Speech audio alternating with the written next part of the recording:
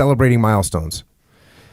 Yeah, so it's really hard to stay motivated when there's this obscure goal that is 2 years away or a year and a half away, and you're not really seeing huge progress towards it every day. You're getting like a millimeter every day.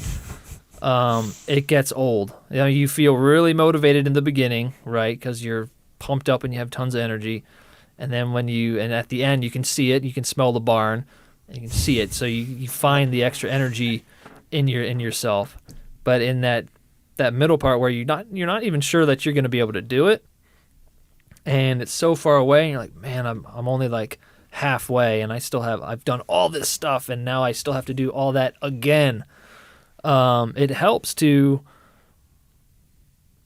pick stuff along the way that you know is going to be there, that kind of, all right, I'm going for that far away thing, but right now I'm going to that, and that's what excites me. So when I was in the hospital, getting in the wheelchair was my first little milestone. Mm-hmm. I had a year, and I didn't even know how long it was going to take me to learn how to walk again. Right. At least I was thinking a year and a half, 2 years. That's a long time, and with a lot of work in between. So, all right, right now just get into the wheelchair. And then, all right, well, learn how to do it on your own. And then after that, get your legs. And then figure out how to walk with only one cane instead of 2 canes keeping you up. And then drop the other cane.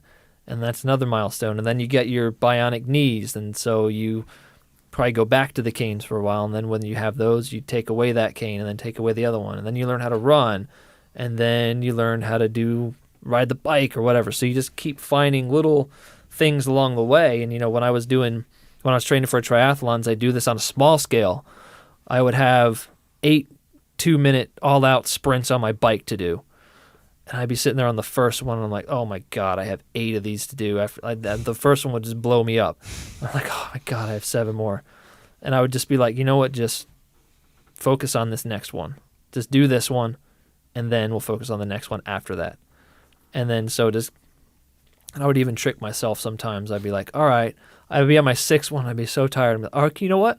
If I can maintain this speed, or if I can maintain my power output for this entire 7th one, I'll skip the 8th one. But I'll treat myself. I'll skip the 8th one. And I do the 7th one. I'd be like, all right, I'll just do the 8th one. Because, I do that sometimes to trick myself, It works. So, yeah. So it's interesting. So what you've talked about, there's a dichotomy in this thing, and I've talked about this before. I've talked about before multiple times.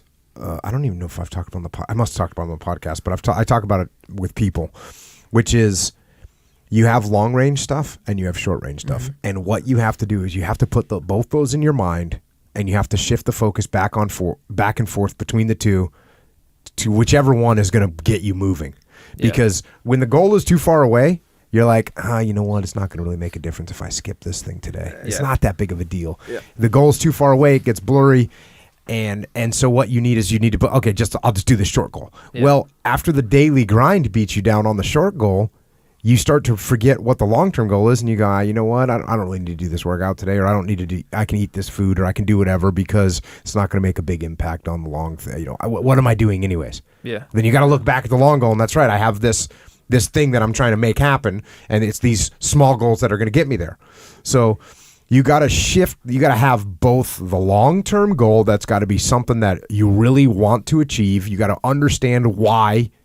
You said, you got to understand why it is you want to achieve it. You can't just be something that you don't care about.